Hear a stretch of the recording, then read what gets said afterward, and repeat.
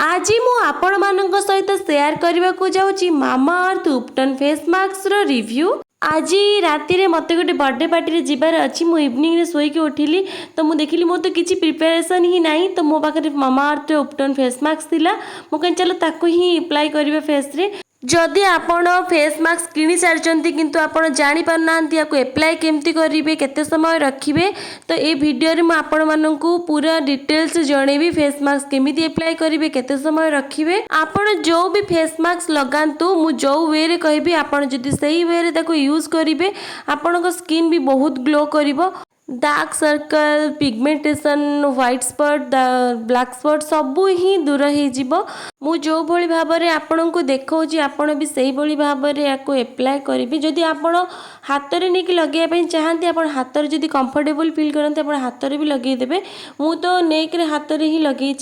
आपण जो भी प्रोडक्ट यूज करंतु से लेखा थाए आपन को केते समय फेस रे से प्रोडक्ट लगे रखिबार अच्छी लेखा थिला कि 15 मिनट पर फेस को वॉश करने। एबे मु आपण को कहबी फेस मास्क केमिति आपण अप्लाई करिवे। प्रथमे आपण जेबे भी फेस मास्क लगेबे मुह को भल भाव में धोई नेबे आउ भल से क्लीन करने थिबे। सेकेंड रे आपण एइटा केबे भाबिबेन जे अधिक समय रखिदेले फेस मास्क मो मुह अधिक ग्लो करिवो 15 मिनिट रो आपण अधिक समय फेस रे कोनोसी मास्क रखिबे ही नहीं। 3 नंबर रे आपण फेस मास्क को रिमूव कला परे आपण को पाखरे जो भी मॉइस्चराइजर अछि आपण ताको अप्लाई करनेबे। मोर एटी 15 मिनट पर देखंतु फेस मास्क सुखीनी फिर भी मु ताको वॉश करने भी। आपण जेबे भी फेस मास्क रिमूव करिवे ताको हल्का हल्का मसाज करी करी ताको रिमूव करिवे। फेस को जमा रफली स्क्रब करिवेनी पूरा जेंटली धीरे धीरे मसाज करी करी ताको रिमूव करिवे। एबे मु आपण को मुह धोई की देखौची आपण माने मते कमेंट माध्यम रे निहाती जणेबी आपण को किछि फरक देखा जाउची कि नहीं। मते तो बहुत फरक जना पड़ता कहीं जिते बड़े मुझे मास्कटा एप्लाय करी जस्ट शोक आसिक ही एप्लाय करी एवं मो मुहटा एत फ्रेश जना पड़ुची लगुच जमी मुझे क्रीम मो फेस रे लगे।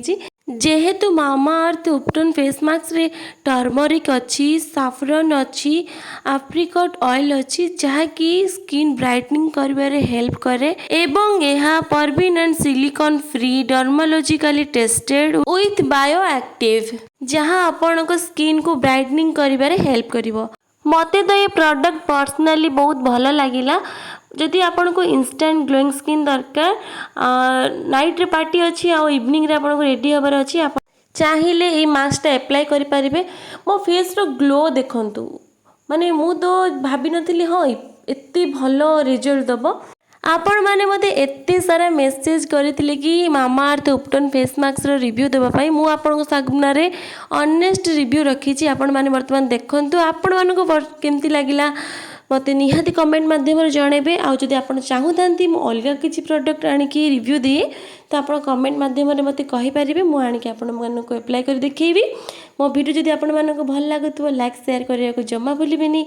मते एत्ते सारा भल पाइबा दउतबारु आपण मानन को बहुत बहुत धन्यवाद। देखा नेक्स्ट वीडियो रे रहली बाय बाय।